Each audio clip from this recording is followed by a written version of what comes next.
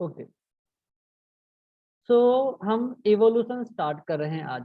ठीक है, जो हमारे हेरिडिटी और इवोल्यूशन का पार्ट है, फर्स्ट चैप्टर है 10th के साइंस का। Is it? सो हमने प्रोटीन सिंथेसिस तो पढ़ लिया है ना हेरिडिटी के बारे में। अब हम पढ़ेंगे इवोल्यूशन। तो इवोल्यूशन स्टार्ट करने के पहले यहाँ पर कुछ क्वेश्चन दिया हुआ है, कैन यू रिकॉल के। ठीक है, अब कैन यू रिकॉल का मतलब ये आपको आपके प्रीवियस स्टैंडर्ड में आ चुके हैं। ठीक है, सो पहला क्वेश्चन है, what is the main function of appendix in our digestive system. ठीक है, तो अपेंडिक्स जो है हमारे बॉडी में एक्चुअल में ये वेस्टिजियल ऑर्गन है, तो इसका कोई फंक्शन नहीं है। हाँ, वेस्टिजियल ऑर्गन है, लेकिन अदर ऑर्गेनिज्म में ये बहुत ज्यादा यूजफुल होता है। तो हम आज पढ़ेंगे अपेंडिक्स के बारे में।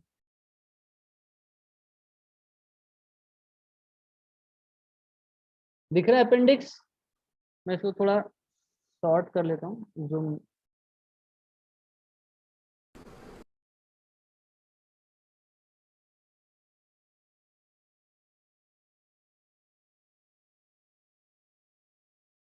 देखो, पहले मैं थोड़ा सा ह्यूमन डाइजेस्टिव सिस्टम के बारे में बता देता हूँ। ठीक है, तो ह्यूमन डाइजेस्टिव सिस्टम, ठीक है, स्टार्ट फ्रॉम माउथ। ये माउथ रीजन है। ठीक है, इट इज द माउथ। ठीक है, माउथ से अब जो फूड है वो पास थ्रू होगा इसोफेगस में। ठीक है, ये है oesophagus.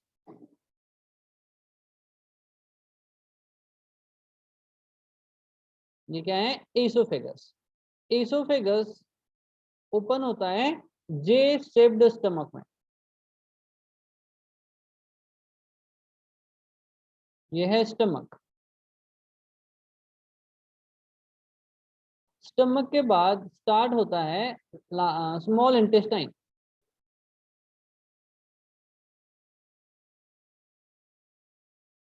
Small intestine is very highly coiled structure. कैसा है? बहुत ज्यादा हाईली क्वाइल्ड स्ट्रक्चर है ये।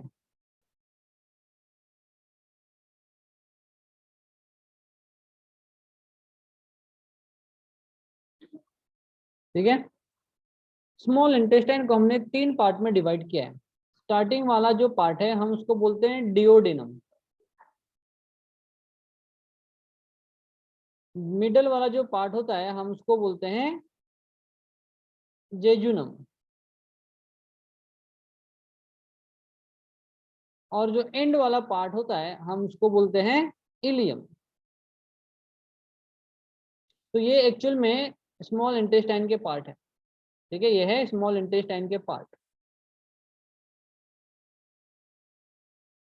ठीक है, अब यहाँ से स्टार्ट होता है रेक्टम। एक्चुअल रेक्टम नहीं, क्या लार्ज इंटेस्टाइन, ये स्मॉल इंटेस्टाइन है। अब यहाँ से स्टार्ट होती है लार्ज इंटेस्टाइन, उसके लिए कलर चेंज कर रहा हूँ।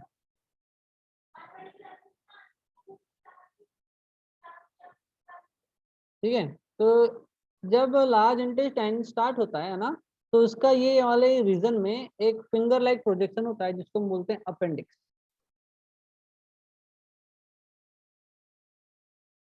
इसको हम बोलते हैं अपेंडिक्स। ठीक है, अब ये हो गए हमारे लार्ज इंटेस्टाइन। लार्ज इंटेस्टाइन को भी 2 रीजन में डिवाइड किया गया है।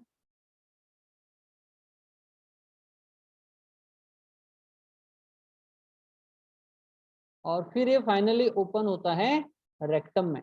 तो रेक्टम को मैं अगर चेंज करके दिखाता हूँ, ये तो ये हो गया रेक्टम। जो ब्लू कलर में दिख रहा है एक्चुअल में ये लार्ज इंटेस्टाइन है।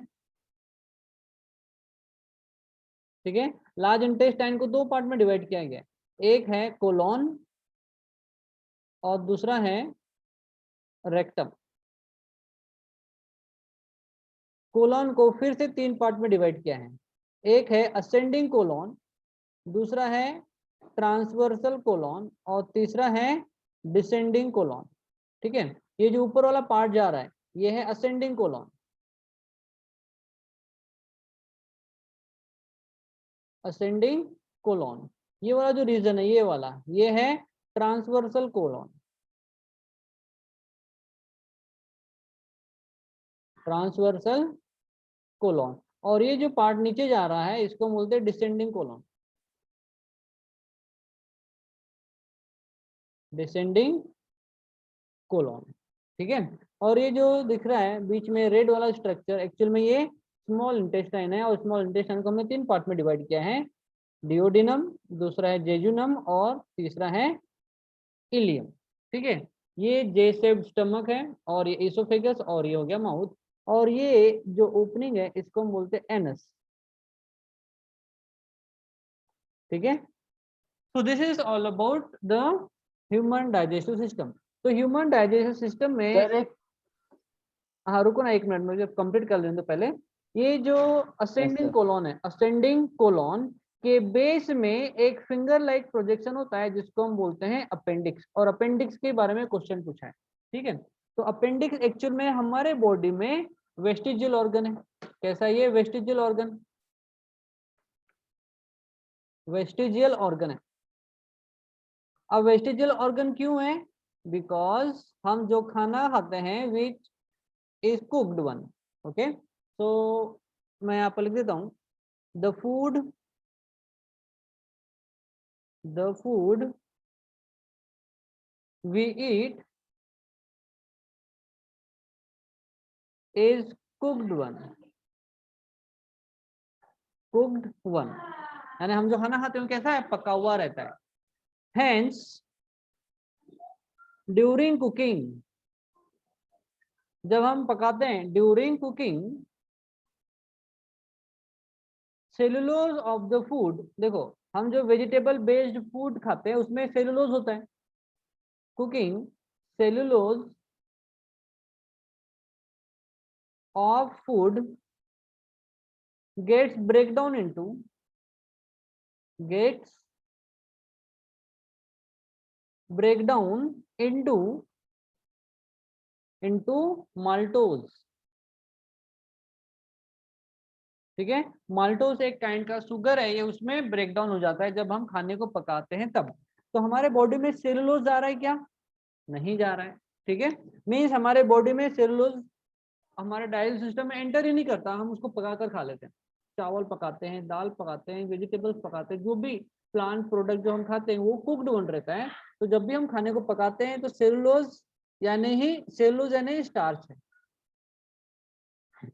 तो स्टार्च क्या होगा? मैं यहाँ पर लिख देता हूँ, starch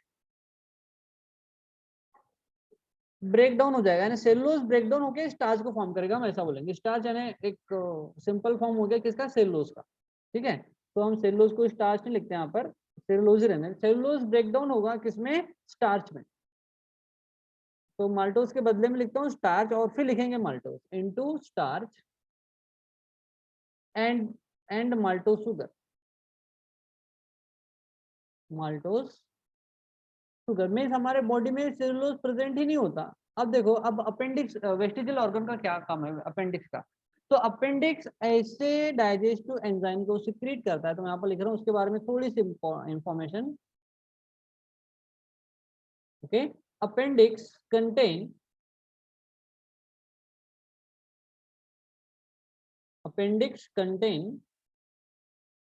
useful bacteria,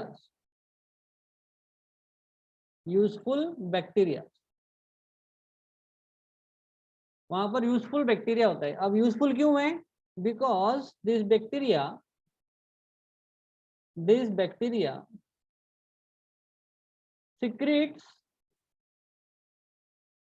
secretes digestive enzyme which helps in digestion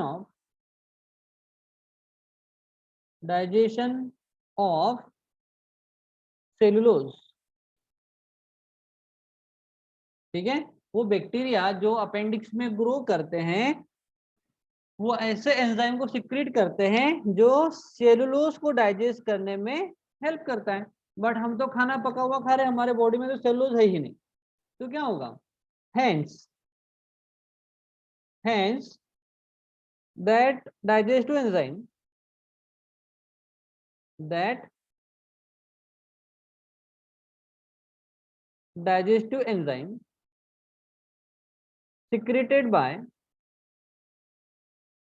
secreted by bacteria which grows in appendix have no use, उसका यूज ही नहीं है। hence appendix is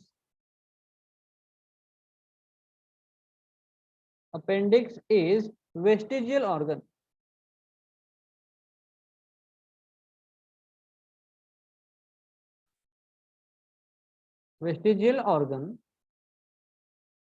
for human being।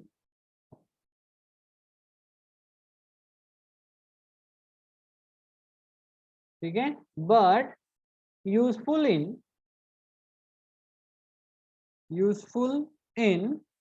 herbivorous animal,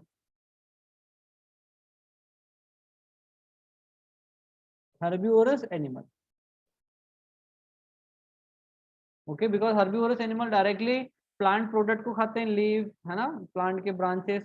तो क्या होगा, वो डायरेक्टली जो सेलोज उनके बॉडी में एंटर करता है अलॉन्ग विद द फूड, क्योंकि वो खाना को पकाते नहीं जैसे हम करते हैं, है ना, इसीलिए उनके बॉडी में सेलोज एंटर होगा और उस सेलोज को डाइजेस्ट करने में एंजाइम सिक्रेट करते हैं, एंजाइम यूजफुल होते हैं जो बैक्टीरिया सिक्रेट करते हैं, जो कि अपेंडिक्स में ग्रो होते हैं। इसीलिए हर्बिवोरस एनिमल में अपेंडिक्स यूजफुल है, but in case of human being it is the vestigial organ. कड़ लगा? Yes sir. किसी को डाउट?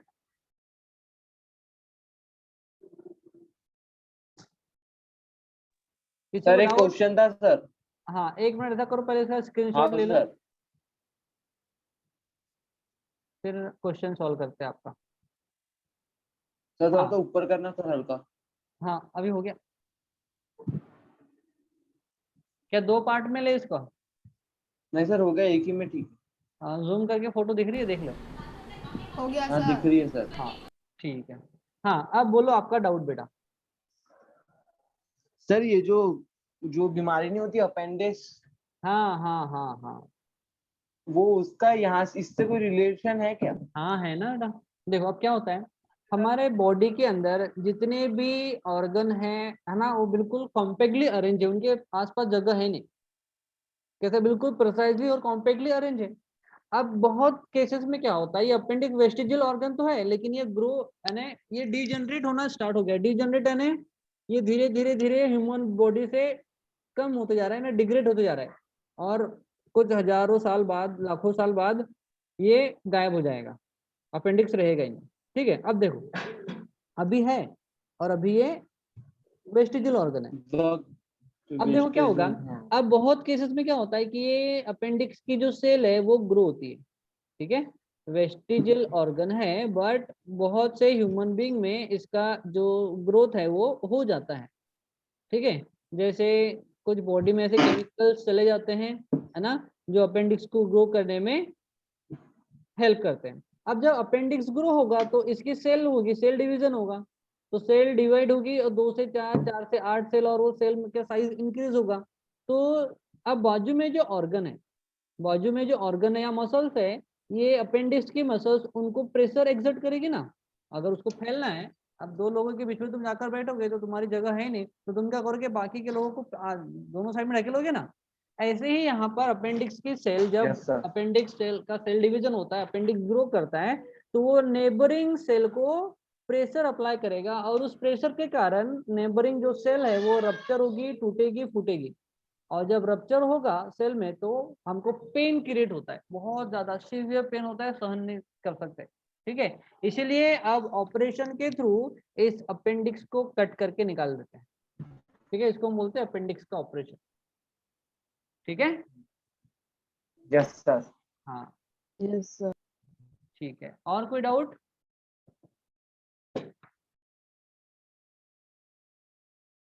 और कोई डाउट?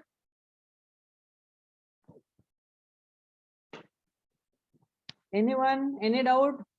इरेज कर दूं इसको? Yes sir. आई थिंक आपके फर्स्ट आंसर का क्वेश्चन मिल गया आपको। हाँ बेटा। सर मुझे नीचे का स्क्रीनशॉट लेना अच्छे से, क्योंकि क्लियर नहीं आ रहा है वो। अच्छा एक मिनट, जो आपने लिखा के दिए हो वो। वेट, इसको क्लियर हो जाने दो। हाँ, अब ले लो। हो गया? Yes sir. हम्म, जिसका लेना है तो उसका भी ले लो।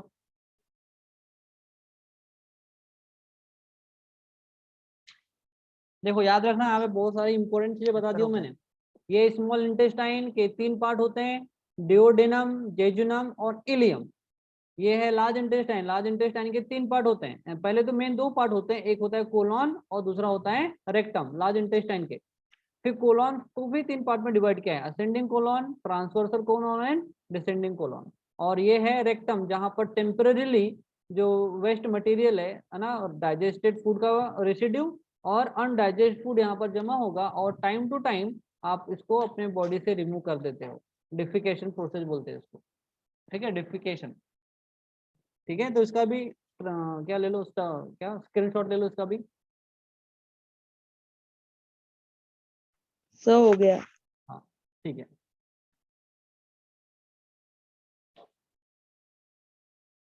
अब जब हम डायल सिस्टम आएगा उस समय इसको और डिटेल में पढ़ेंगे, ठीक है। तो first question is solve. Now second question देखते हैं। इरेज कर रहा हूं मैं इसको।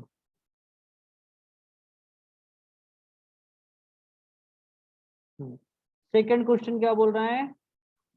Are our wisdom teeth really useful for chewing the food? Second question क्या बोल रहा है? विजडम टीथ तो क्या होते हैं? विजडम टीथ बेटा सर ये सामने वाले। सर आपकी आवाज क्लियर नहीं है सर। सर ये सामने वाले। नहीं, किसने बोल दिया सामने वाले? सर आवाज नहीं आ रही है?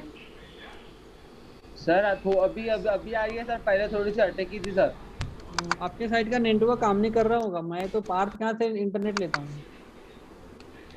बहुत अरे तेजी। बात का धोखा दे दिया होगा। नहीं नहीं, पार्थ और वो क्या इंटरनेट यहाँ तक कैच करता है। अब मैं घर में बैठे बैठे वाईफाई के थ्रू कनेक्ट कर लेता हूँ मैं। देखो पार्थ हंस रहा है। हाँ, पार्थ को लग रहा है मजाक। कौन है हैप्पी बर्थडे बोल रहा है?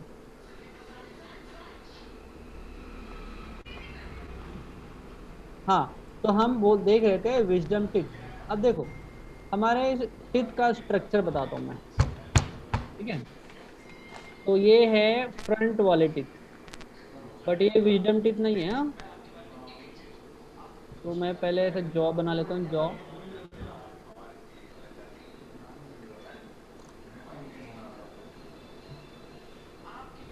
ठीक है, देखो विजडम टिथ वो लास्ट में निकलते हैं, सबसे लास्ट वाले जो टिथ का सेट होता है ना, हम उसको बोलते हैं विजडम टिथ।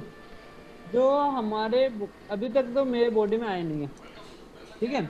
अब ये विजडम टीथ एक्चुअल में हमारे सर बॉडी उनको की अकड़दार बोलते हैं ना। अक्कल दाढ़ बोलते हैं, यस। हाँ। पूरे गाँव शब्द उसको याद रहते हैं। नहीं, सही में अक्कल दाढ़ बोलते हैं उसको। हाँ, बोलते हैं ना, अक्कल दाढ़, अड़, अड़ का बिंदु ना, एक मिनट। नहीं, सही में बोलते हैं, अक्कल दाढ़ बोलते हैं इसको, ठीक है। अब ये एक्चुअल में ना, यस सर। हाँ, हमारे बॉडी में इसका कोई काम ही नहीं है। इसीलिए ये जनरली ग्रो करती है आफ्टर द एज ऑफ 30, ठीक है। अभी आपके माउथ में नहीं है, बट आप जब 25, 30, 35, अभी देखो मैंने 35 प्लस हो चुका हूँ, लेकिन मेरे बॉडी में अभी भी विजडम टिथ नहीं आए हैं, ठीक है। सो अभी बीच में आपने सुना होगा, आप जब क्लास आते थे, नहीं आपको नहीं पता होगा, वो उसको पता होगा, यश रघुवंशी को, कि हमारे जो मैथ वाले सर हैं, 11th 12th में जो पढ़ाते हैं मैथमेटिक्स, उनको उनका रूट कैनल कराएं, तो उनको ये अक्कल दाढ़ है ना, देखो वो एक्चुअल में ऐसी सीधी आनी चाहिए, ठीक है। ये रूट, उसके कैनल रूट होती है, ठीक है।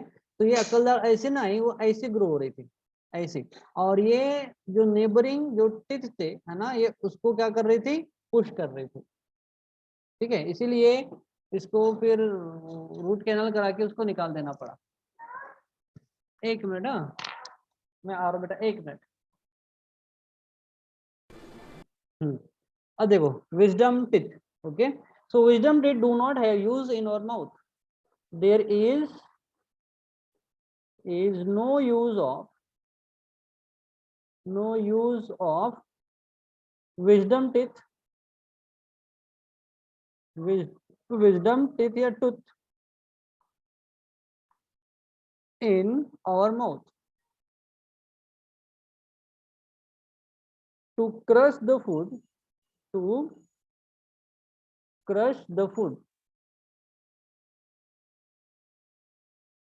okay, that's why hence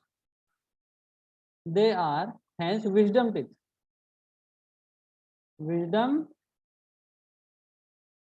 tooth are vestigial organ,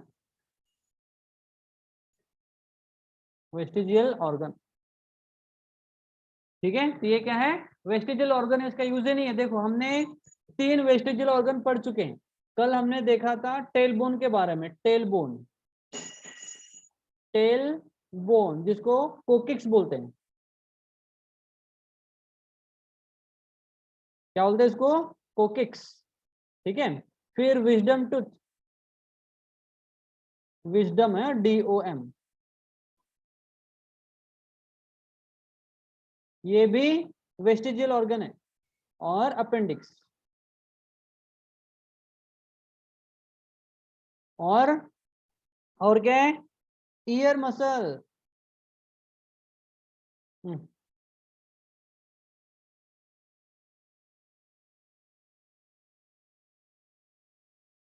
ear muscle, जैसे अदर एनिमल्स अपने ईयर्स को इजीली मूव कर सकते, हिलाते हैं ना, तो वैसा हमारे ईयर अपने आप हम मूव करा सकते क्या, नहीं, है ना। दैट्स व्हाई ईयर मसल जो है ये भी क्या है, वेस्टिजियल ऑर्गन है हमारे बॉडी में। So one is tail bone और it is also called as coccyx, second one is wisdom tooth, third one is appendix and fourth one is the ear muscles, okay. And fifth और है body hair, जो भी बचे हुए जो body hair है उनका भी कोई काम नहीं है, ठीक है। So all these are the vestigial organ in human being. Sorry. हो गया बेटा, समझ में आया? हाँ जी, अरे कडल का do reply. Yes, sir. Yes, अच्छा sir. स्क्रीनशॉट लो, फिर Yes, sir. नेक्स्ट क्वेश्चन देखते हैं, स्क्रीनशॉट ले लो, ले ले स्क्रीनशॉट।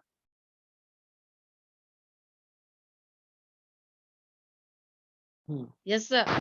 ओके ठीक है, यस सर। नेक्स्ट है। सो फर्स्ट भी आंसर, क्वेश्चन का आंसर हो गया, सेकंड का भी हो गया। अब third, why did the huge animal like dinosaur become extinct, dinosaur extinct क्यों हो गए? सर बहुत सारी थ्योरी है इसके पीछे। में बहुत सारी थ्योरी है, बट एक जो थ्योरी है वो बिल्कुल सही है। वो क्या है? सर एक मीटेराइट गिरा था उसके ऊपर, एस्टेरॉइड नहीं गिरा ज्यादा था, माना जाता है। वो तो बाद की बात है। देखो क्या है, डायनासोर्स के लिए एनवायरमेंटल कंडीशन सुटेबल नहीं थी, ठीक है। There was no suitable atmosphere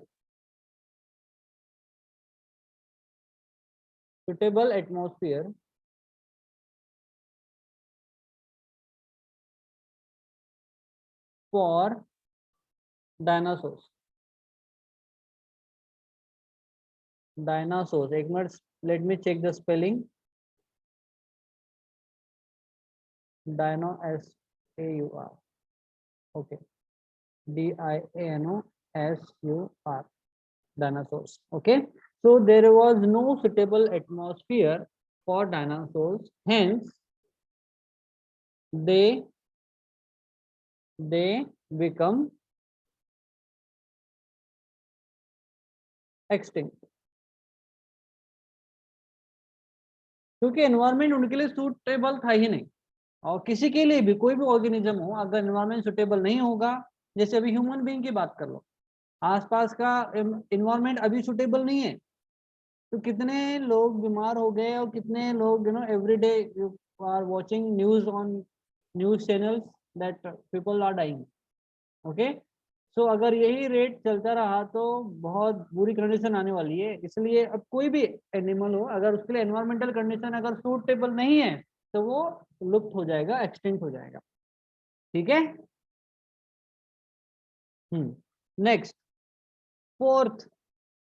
अब देखो वो तो एक्सटेंड हो गया बोल रहा है, लेकिन अब क्या बोल रहा है, why are many species of animal and birds getting extinct. अब बहुत सारे एनिमल और बर्ड की स्पीसीज एक्सटिंक्ट होने के कगार पर है।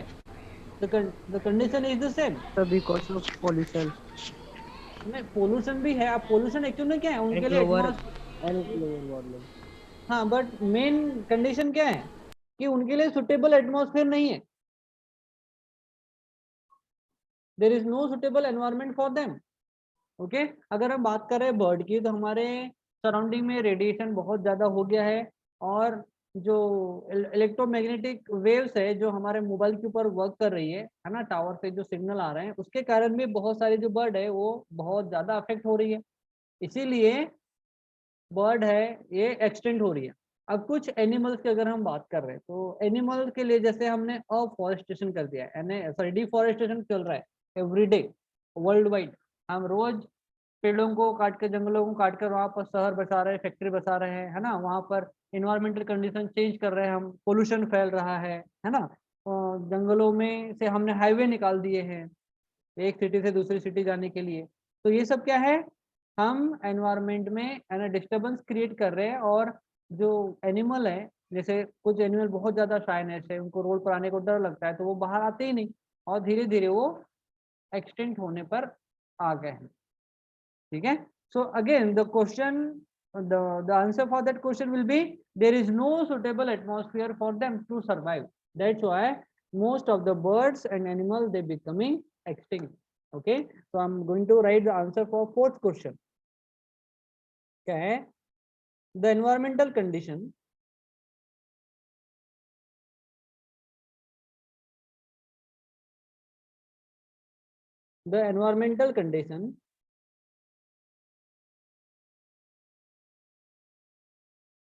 is not suitable for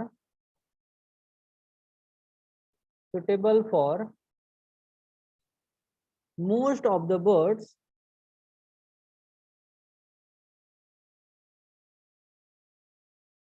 and animal,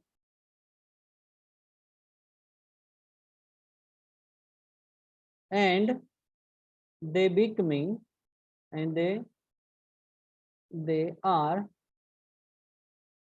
on the edge of extinction, यानी वो एक्सटिंक्ट होने के कगार पर आ गए हैं।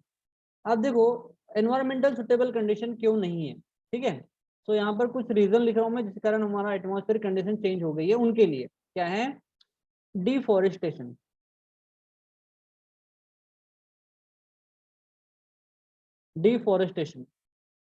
Then electromagnetic waves,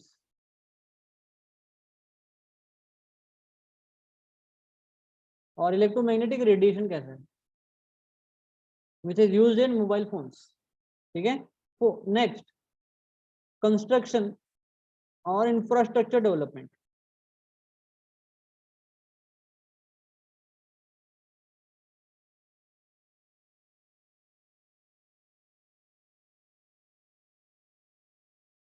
Infrastructure development, it includes building,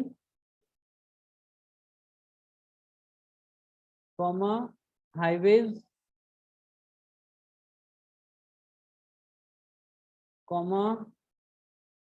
roads। अब हाईवे और रोड में डिफरेंस है, हाँ, रोड, ब्रिज, डैम,